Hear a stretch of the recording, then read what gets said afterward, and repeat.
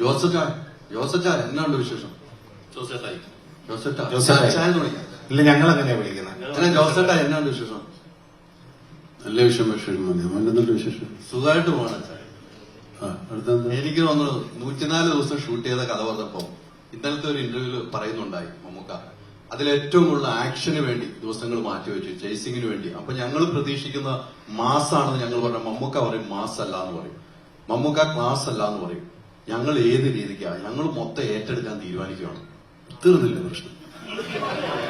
ഏറ്റെടുക്കുക. ഞാൻ നിങ്ങളെ ഏറ്റെടുത്ത എനിക്ക് സമാധാനമായി. നിങ്ങൾ ഏറ്റെടുത്തിരിക്കുന്ന അറിഞ്ഞതിൽ വളരെ സന്തോഷം. അപ്പൊ പോവാം. എങ്കിലും ആ കഥ ഈ കഥാപാത്രം സിനിമയായാലും കഥാപാത്രം എന്നൊക്കെ പറഞ്ഞ് ഇദ്ദേഹം പറഞ്ഞ പോലെ ഒന്നും ഇത് വലിയ ട്രിക്കൊന്നുമില്ല. നമ്മൾ സാധാരണ സിനിമയിൽ വിളിക്കാൻ പറ്റുന്ന പോലെ സിനിമയിൽ വിളിച്ചിട്ടുണ്ട്. പിന്നെ ഈ പറഞ്ഞ പോലെ ഈ മലയോര കഥാപാത്രങ്ങൾ ഒരുപാട് ഞാൻ അഭിനയിച്ചിട്ടുണ്ട്. പക്ഷെ എവിടെയെങ്കിലുമൊക്കെ ചെറുതായിട്ടൊക്കെ വരും. കാരണം ആ ബെൽറ്റിൽ എല്ലാ ചെറിയ നുവാൻസസ് മാത്രമേ വ്യത്യാസം ഉണ്ടാവുള്ളൂ മനുഷ്യൻ. എന്നാലും പരമാവധി. പിന്നെ കഥ, നമ്മുടെ കഥ പ്രധാനമായിട്ട് നടക്കുന്നത് കേരളത്തിലല്ല, ഭൂരിഭാഗവും തമിഴ്നാട്ടിലാണ്. പിന്നെ മറ്റുള്ളവരെ ആരും ആ ഭാഷ പറയുന്നില്ല. അതുകൊണ്ട് അങ്ങനെ ഒരു സ്ലാങ്ങിനൊരു വലിയ പ്രാധാന്യം പിടിക്കണ്ട. ഈ ക്യാരക്ടർ ജോസേട്ടായിയുടെ ക്യാരക്ടർ മാത്രമേ ഉള്ളൂ നമ്മൾ ഈ ഭാഗത്ത് കാണുന്നുള്ളൂ. ബാക്കിയുള്ളവരൊക്കെ തമിഴ്നാട്ടുകാരും ഇവരൊക്കെയാണ്. അപ്പൊ അതുകൊണ്ട് ആ പ്രശ്നങ്ങളൊന്നുമില്ല.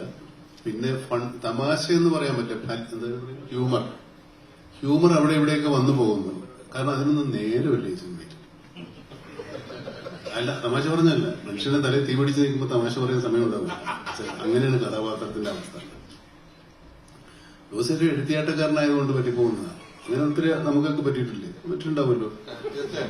അങ്ങനെ എടുത്തയാട്ടം കൊണ്ട് അബദ്ധമായാൽ അത് തലേന്ന് പോകില്ല, അത് വലിച്ചെറിഞ്ഞാലും പോകില്ല. അതിങ്ങനെ അണ്ടുപിടിച്ചിരിക്കുന്ന പോലെ പിടിച്ച് ജോസിനെ ഒരു വഴിക്കാക്കുന്നതാണ് സിനിമയുടെ കഥ. ബാക്കി കഥ ഞാൻ പറഞ്ഞാൽ നിങ്ങൾക്ക് സിനിമ കാണാൻ ഇൻട്രസ്റ്റ് ഉണ്ടാകാത്തത് കൊണ്ടെന്ന് തോന്നുന്നത് പോലെ അത് കണ്ടതാണ് ഞാൻ മതി. അത് കൃത്യമാണ്. അച്ഛാ, ഈ കഴിഞ്ഞ ദിവസം ഈ ഇന്റർവ്യൂ തന്നെ പറയുന്നുണ്ട്, ആദ്യമായിട്ട് കഥ പറയാൻ പോയപ്പോ നിനക്ക് കഥ അറിയാവെന്ന് ചോദിച്ച ഒരു സംഭവം മമ്മൂക്കാൻ ഇതിൽ ഓർമ്മ വരുന്നുണ്ട്. ഞാനൊരു സ്ക്രിപ്റ്റ് റൈറ്ററാണ് എന്ന് ആര് പറഞ്ഞ എന്നോട് ചോദിച്ചത്. ശരിയല്ല, തമാശ പറഞ്ഞില്ല. നമ്മളിവിടെയൊക്കെ പറയുന്ന അത്രയും പറഞ്ഞത്. അതുകൊണ്ട് നന്നായില്ലേ? തീർച്ചയായിട്ടും രണ്ടാമത്തെ സിനിമയായില്ലേ? അല്ല, ഒരുപാട് സിനിമ കഴിഞ്ഞു. മമ്മൂക്കാട് കൂടെ രണ്ടാമത്തെ സിനിമ. ഈ ടെറൈനിൽ തന്നെ ഒരു ആക്ഷൻ കോമഡി ജോണറിൽ നമുക്ക് പല സിനിമകളും ചെയ്തിട്ടുണ്ട്, നമ്മളൊക്കെ ആസ്വദിച്ചിട്ടുള്ള അറിയാം. അപ്പോഴേക്കും വീണ്ടും അതേ ഇപ്പൊ ഒരു അച്ചായനായിട്ടുള്ള ഒരു ക്യാരക്ടർ ചെയ്യാൻ നേരത്ത് മുമ്പ് ചെയ്ത ക്യാരക്ടറിനെ റീവിസിറ്റ് ചെയ്യുകയും കൂടെ ചെയ്യണമല്ലോ. അപ്പൊ എന്നിട്ടായിരിക്കണം ഒരു ക്യാരക്ടർ സെറ്റ് ചെയ്യുക. അപ്പൊ അതിനെ എങ്ങനെയായിരുന്നു നമുക്ക് കണ്ടത്?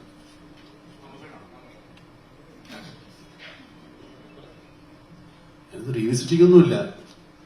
ആ കഥാപാത്രത്തുമായിട്ട് യാതൊരു സാമ്യം ഉണ്ടാകാതിരിക്കുന്ന ശ്രമമാണ്. റീവിസിറ്റ് ചെയ്യുമ്പോൾ അതുപോലെ തന്നെ വരണ്ടേ. അങ്ങനെ വരാതിരിക്കാനാണ് ഞാൻ സാധാരണ ശ്രമിക്കുന്നത്.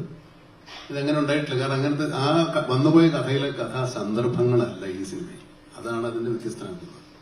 നമ്മുടെ പറഞ്ഞ പോലെ കഥാപാത്രവും പരിസരങ്ങളും തമ്മിൽ വ്യത്യാസമാകുമ്പോൾ കഥാപാത്രം തന്നെ മാറും. നമ്മൾ ഒരേ കഥ തന്നെ പല സ്ഥലത്തെടുക്കുമ്പോൾ പല കഥകളായിട്ട് മാറുന്നില്ല. ഇപ്പോൾ കർണന്റെ കഥ എടുത്ത ഒരുപാട് സിനിമകൾ എല്ലാ പടത്തിലും കർണൻ ഒരുപോലെ അല്ലല്ലോ.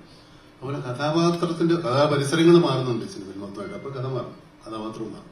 അങ്ങനെയൊക്കെ എല്ലാം എടുക്കാനും പോകും. നമുക്ക് പറയണ്ടായി ദുബായ് ലോഞ്ചില് ഇതൊരു സാമ്പിള് മാത്രമാണെന്ന് പറഞ്ഞു. അപ്പം ട്രailerനെ പറ്റി പറഞ്ഞു.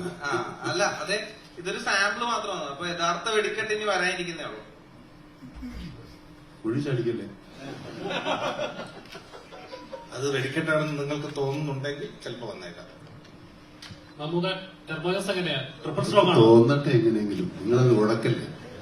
മമ്മൂക്ക ടെർബോജസ് എങ്ങനെയാ? ട്രിപ്പിൾ സ്ട്രോങ് ആണോ?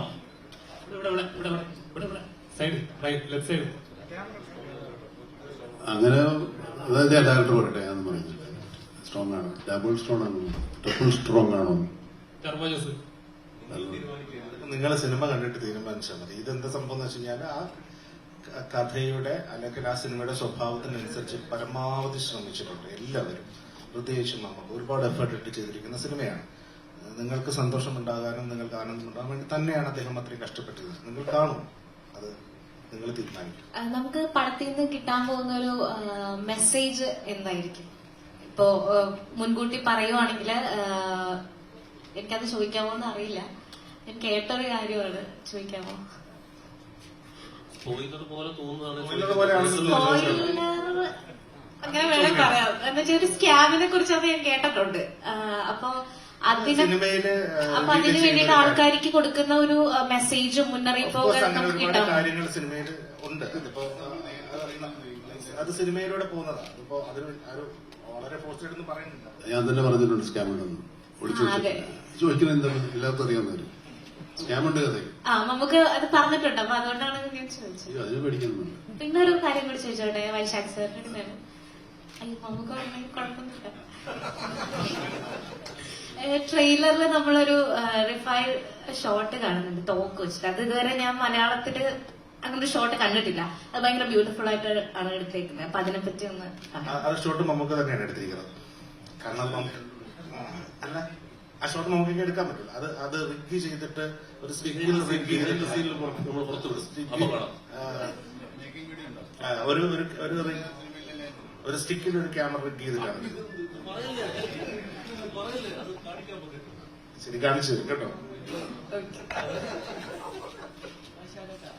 എത്രത്തോളം കഷ്ടപ്പെടുത്തിയിട്ടുണ്ട്. അത് പല നമ്മുടെ സംബന്ധിച്ച് പറഞ്ഞാൽ എല്ലാവരും നന്നായി കഷ്ടപ്പെട്ടു. പ്രത്യേകിച്ച് ചോദിക്കുന്നു. അപ്പോൾ വീണ്ടും ഓർപ്പിക്കട്ടെ.